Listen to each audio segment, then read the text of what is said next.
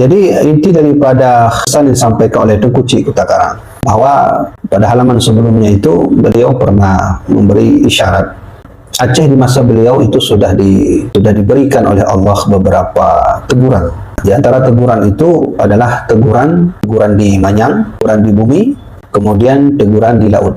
Teguran-teguran ini kaum muslimin itu adalah efek daripada tidaklah lagi orang Aceh di masa itu untuk menjalankan syariat Allah Subhanahu wa taala dengan kafah, dengan sebenarnya.